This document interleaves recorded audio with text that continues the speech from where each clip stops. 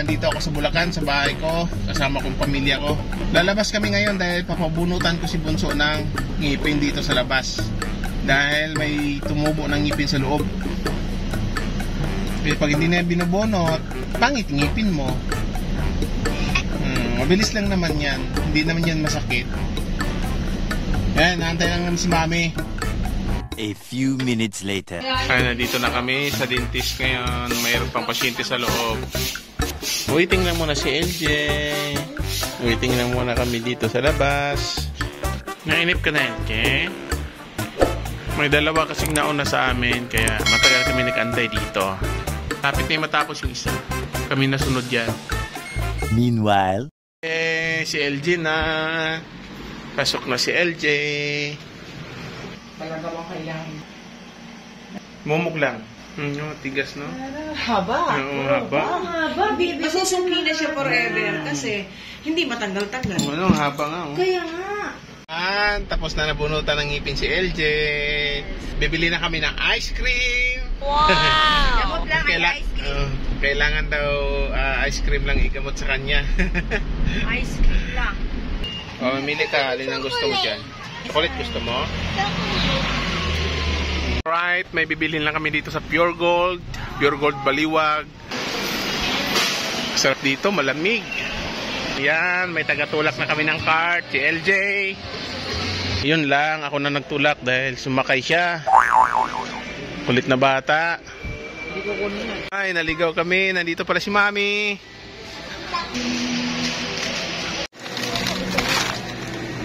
Ito na nga, punong-puno na siya. Kaso lang, akala mo marami, basket lang pala.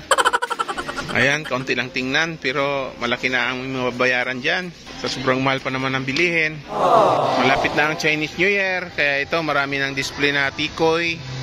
Ayan, 3 klaseng tikoy ang makikita mo dito. May mga green, purple, ayan, dami. Dito tayo sa basket lane. Ayan, basket lane lang tayo.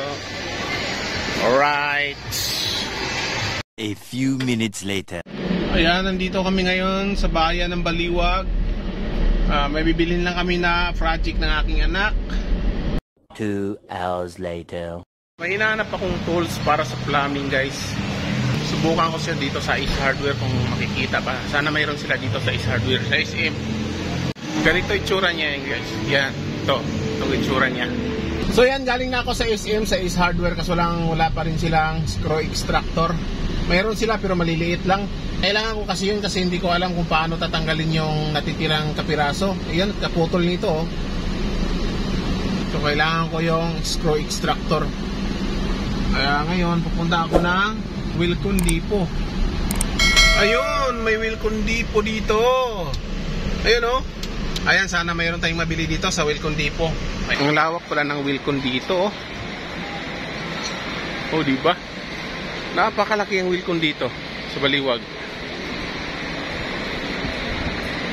Maghahanap na tayo na mag-a-assist sa atin. Ayan, ang hirap naman. Wala pa rin dito sa Wilcon, ha. Ang laking hardware to pero wala pa rin. Gawan ko na lang ng paraan yun kung paano ko tatanggalin yun. Lalagariin ko na lang siguro yun. 1 eternity later. So ito yun, nilagyan ko muna siya ng kahoy. Ginagawa mo. Para makagamit kami ng tubig. Kasi isa lang kasi ang control namin ng tubig, sa labas lang. Pinatay ko ng tubig, tatanggalin ko na to. Makita niyo. Yan. Naiwan yung kapiraso dyan. Ano, kung makita niyo, may naiwan na kapiraso. Diyan ang gagawin ko dyan ay lalagariin ko na lang dandahan. Ito, lagaring bakal ang gagamitin natin. Tatanggalin ko muna to. Yan, simula na tayo. Tanggalin natin to.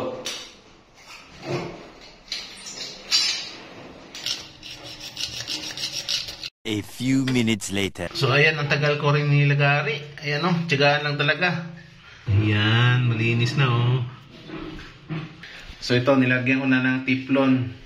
Ayan, kabit na natin to. Ayan.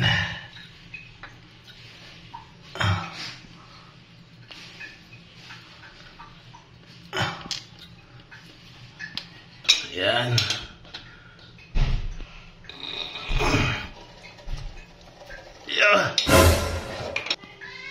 Ayan, pwesto na. posible. Linisan natin yung hindi basa para malaman natin pag may leak. Magbabasa yan eh. Kaya kailangan tuyo. Buksan na natin ang main valve. Yan, ito yung main valve niya. O yun, nadali rin. Yan, makita niyo guys, wala na talagang tagas oh. Tuyong-tuyo na siya. Yan, di ba? Quality! Alright. Okay na, mami. Alright guys, natapos din natin. Hindi na tayo nagbabayad ng ibang gagawa pa. Kailangan din talaga marunong din tayo gumawa dito sa mga ganitong problema. Para hindi natin magbabayad ng ibang tao para gagawa dito. A few minutes later. Ayan, dami kong project sa araw na ito. What? Naman, ikakabit ko. Yan. Pinapalipat sa akin. Tapos, ito namang salamin. Dito. Ayan. Kaya ginabi na ako. Ang dami kong ginawa. Ayos lang yan. At least wala tayong binabayaran ng ibang tao para gumawa dito. Tayo na lang ang gagawa.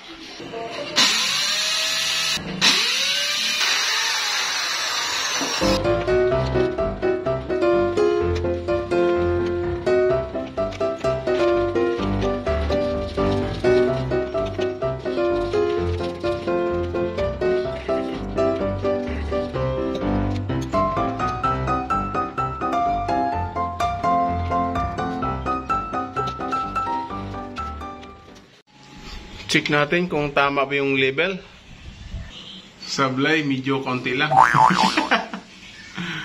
Ano, medyo tagilid konti. Pero okay na yan. Ayan.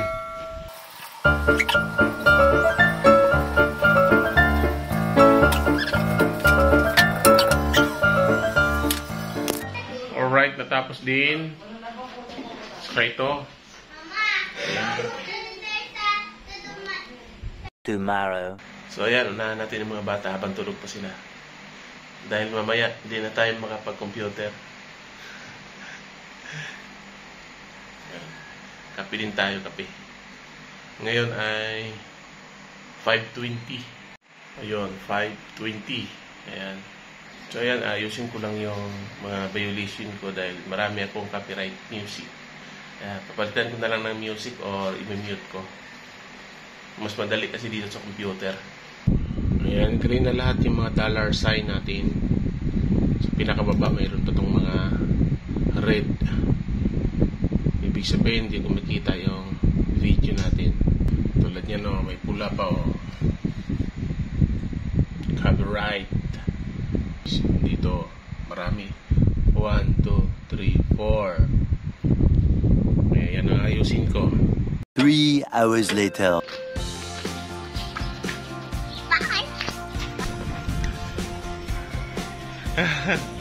Di ba bukid yung shell? Bukid o bukid? Pati bukid kami puti. Yeah, kadili. Yeah, kadili. Daddy, may nakita yung seashell. Yung malaki, Daddy. Malaki yun, Daddy. Yung lawan niya, kulay blue. Laso yung Daddy. Daddy, imit ang 1C din. So kung pupunta kita sa bahay, doon yung sa bahay. Oo. Ito yung lugar namin sa Bulacan guys. Napaganda. Itong katabi namin ay Waterwood. Yan yung Waterwood subdivision. Ang katabi naman yan ay Camellia Homes. Ayan, so malapit lang kami dito sa SM. Itong daan na to ay diretso to pa SM. Daddy, 5 minutes lang. di ba Daddy, SM na. parang dito may building dito? Yes, yes.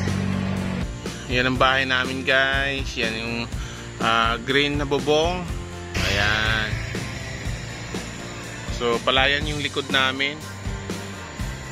Ayun, may mga palay na katatanim lang. So direct yung palay dito. Hindi yung tinatanim talaga. So ayan, parami yung mga kapitbahay namin dito. Dati ilan lang kami dyan eh. Ngayon marami na. So ayan, daming pichay dito. So dito lang to sa aming kapitbahay. Kapag bumibili kami dito kahit 20 pesos lang, ang dami na. Dahil ang nagtatanim dito ay kapitbahay lang namin. Ayan ang lawak. Yan, bagong harvest lang yan, oh. Mayroon pang haharvestin, oh. Ayan, ang taba. Ayan guys, umuwi na kami. Masakit sa puwet. Sarap sana ng bike, so lang sakit sa puwet. Ayan, magulay si mami. Ayan, lauoy kami. Lauoy. Charge ko muna to, nalubat na. Alright, tapos na yung 2 araw na day off natin guys. Kaya ngayon, babalik na ako ng Manila. So ayan, 6:17 na ako umalis dito sa bahay. Siguro darating ako doon mga 9 o'clock sa Muntinlupa. Ayan, takip silim na. So sana hindi tayo matraffic para makarating tayo ng maaga. Alright!